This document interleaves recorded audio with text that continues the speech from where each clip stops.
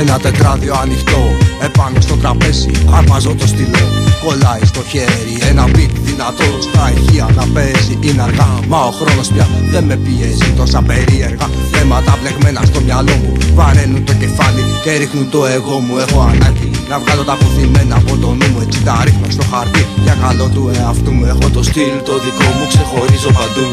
Πετάγομαι ξαφνικά, με περίμενες από αλλού.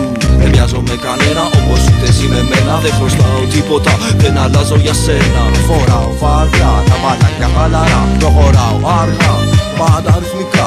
Το πνεύμα μου ελεύθερο είναι δικό μου. Το κατέχω πάντα, φυσικά για το καλό. Σεβασμό θα δίνω πάντα στον εαυτό μου. Σεβασμό στον εαυτό μου. Σεβασμό θα δίνω πάντα στον εαυτό μου. Σεβασμό. Είμαι MC, είμαι και beatboy.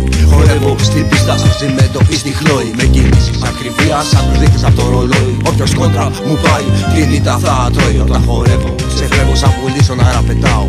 Είμαι σταθερός, το ρυθμό δεν παραπατάω. Με αυτόν τον τρόπο βγάζω το θυμό μου ότι καλύτερο για τον εαυτό μου.